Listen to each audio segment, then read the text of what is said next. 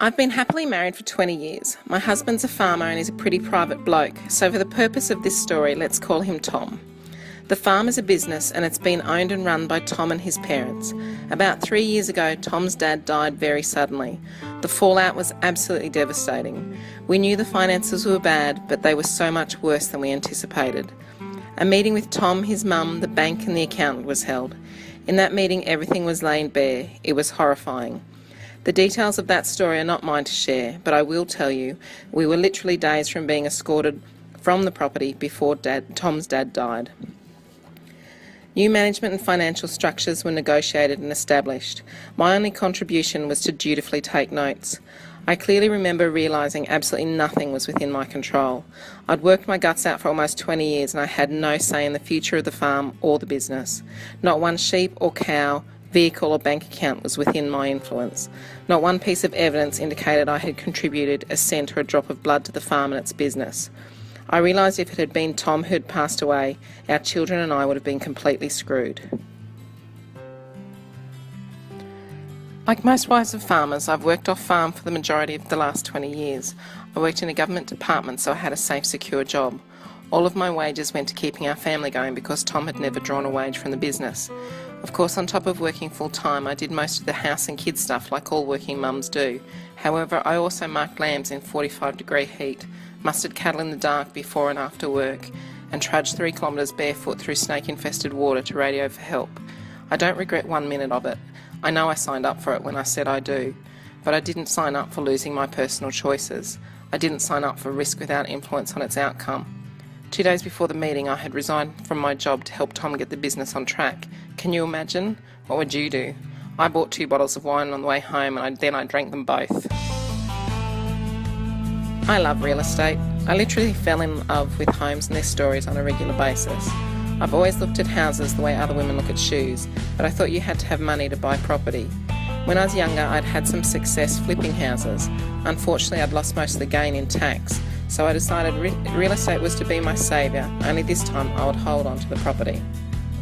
With my $16,000 long service leave payout from my job, I purchased with 5% deposit and LMI and without even inspecting the property, a 2-bedroom unit on the Gold Coast. I was desperate to feel I had some control over my future. How could I go wrong? The agent assured me it was an absolute bargain, and why would he lie? It was negatively geared to cost me only $50 a week. Buying it was an emotional band-aid, so I quickly bought again, with 5% deposit and LMI. This time the house was lime green and bright yellow. I was certain it would be a good long-term prospect. Of course it was negatively geared too, weren't they all? I'd reached the limit of what I could afford to pay out in mortgages each week, so I settled into waiting for both properties to increase in value over the next 20 years, because I thought that was how people made money from real estate.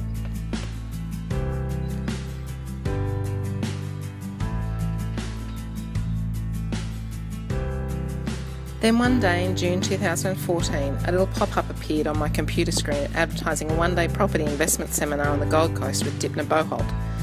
I realised I could attend the seminar and see the bargain Gold Coast unit that was steadily draining my new bank account. So I made the 1,000-kilometre journey.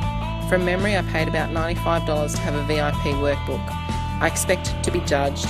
I felt like I had an unemployed housewife in flashing lights above my head, but it wasn't like that at all. Lots of people were just like me.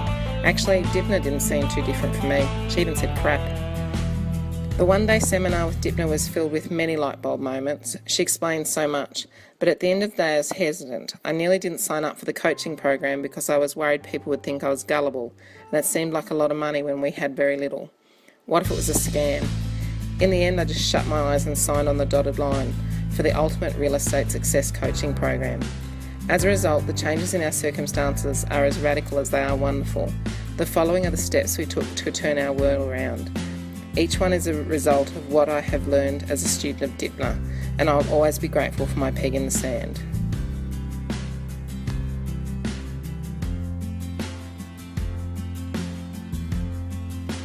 First, I learned the 2 properties I'd bought in 2013 would remain external to the asset protection structure because they were in my name, but I needed to turn them into cash cows to progress.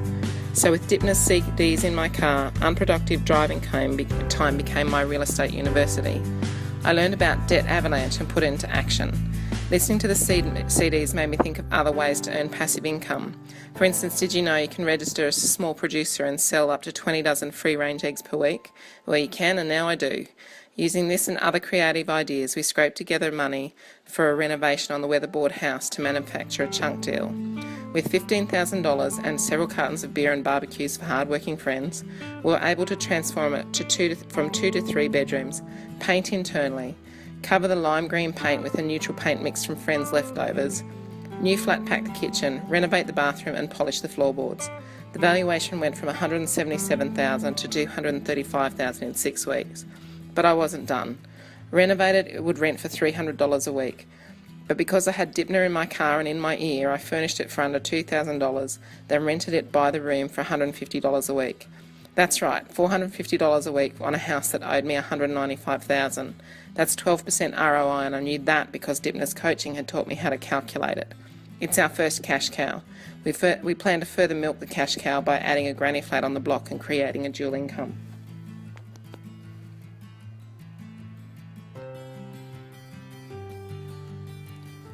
Next in my sights was the Gold Coast unit. I'd purchased it freshly renovated, so I paid $700 to have a depreciation schedule completed. That schedule provided us with the ability to depreciate $53,000. I didn't even know what a depreciation schedule was prior to signing on with Dymphna. Just by taking my VIP workbook to our new accountant, I was able to show her the trust structure we needed to minimise our risk. Dymphna is all about asset protection, and thanks to her, so am I.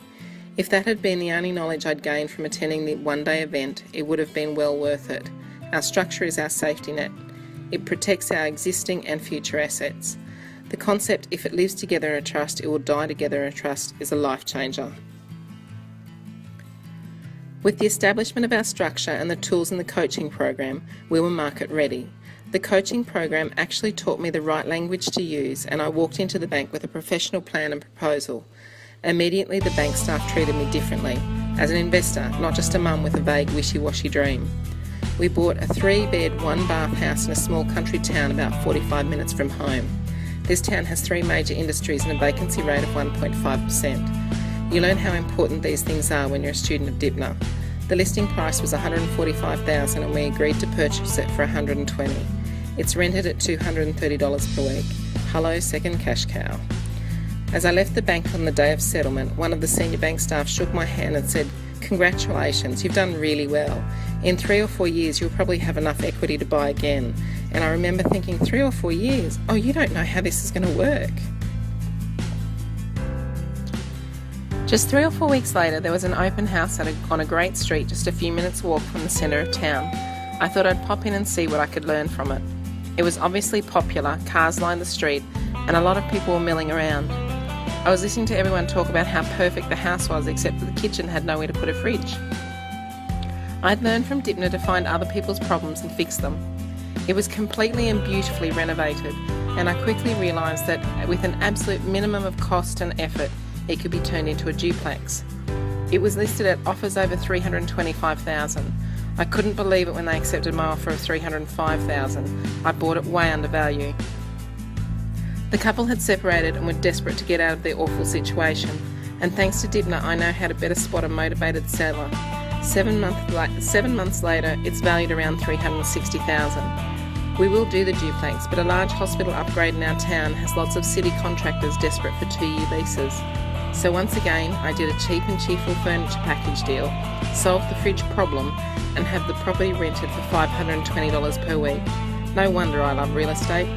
We'll also have a depreciation schedule completed by end of financial year.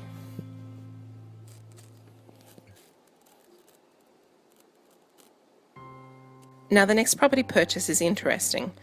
Tom and I had always been uncomfortable with the idea of investing in shares and mutual funds. It seems like gambling to us. During one of our many chats, and Dymphna certainly gets you talking, we were discussing that despite our discomfort with shares and mutual funds, our super funds was investing our superannuation in them. Of course, I had Dymphna's voice in my head again, so we set about educating ourselves on self-managed super. Once we had enough information to feel comfortable doing so, we set up our own SMSF with the purchase of purchasing property. We purchased a large, older townhouse close to the University of Queensland in Brisbane. The complex has a pool and a gym. It's not fancy, but it's handy. We had the seller agree to a price and then requested he include the furniture. He was happy as he didn't have to move it or store it, and we rent it to students for $520 a week. When the students all go home for Christmas, we hope to rent it as a city experience to country families who might not otherwise have the chance to get away. We will charge the cost of cleaning. It means it's cost neutral, not positively geared, but we're okay with that. Dymphna talks about making sure your tenants pay market rent so you can choose where to be charitable. That really resonates with me. I'm big on choice these days.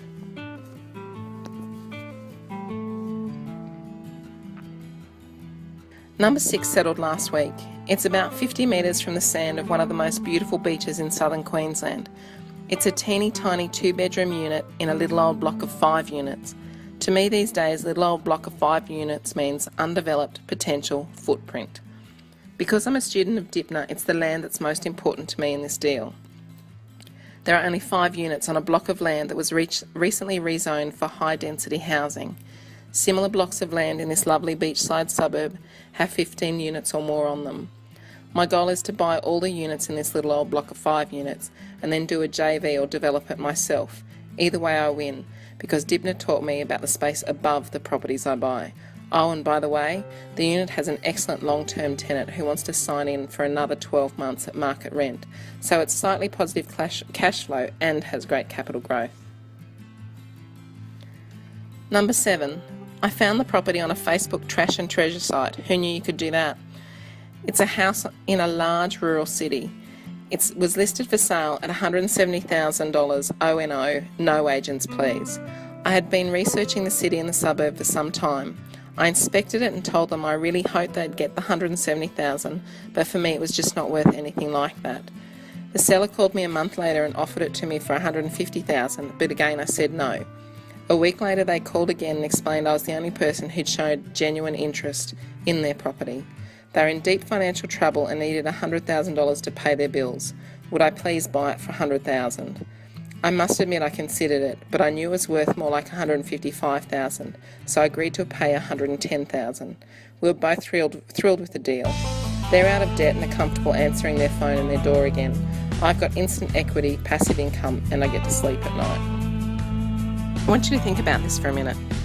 I had $16,000 and nothing else in September 2013. 8 months ago, when I became Dymphna's student, I had just bought 2 negatively geared properties. By the end of March, I'll have 7 properties valued around $1.8 million. That's 7 properties in less than 18 months, 5 of them in 8 months. They all provide me with income. As Dymphna says, I can stay in bed all week and that money will still flow in. I don't mean to sound flippant because I'm not. I'm constantly amazed that I can do this. At first, every step was tentative. I kept waiting to screw it up somehow, but I didn't because I had the tools and the guidelines to make sure I got it right. Amazingly, it gets easier every time. If someone had told me a year ago that I could, let alone would, have a $1.8 million property portfolio, I would have scoffed. Probably literally, I'm quite a scoffer. You need to understand, if I can do this, so can you. I'm just a mum, but I'm a mum whose thinking has changed.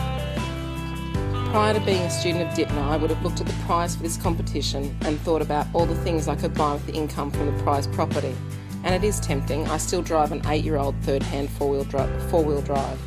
Instead, I'm thinking, that's infinite ROI, and the return on the deposit is another house in the USA every year. If I can grow a $1.8 million portfolio with just $16,000 in 18 months, imagine what I can do over the next 20 years with 100% equity and an additional $10,000 per annum passive income.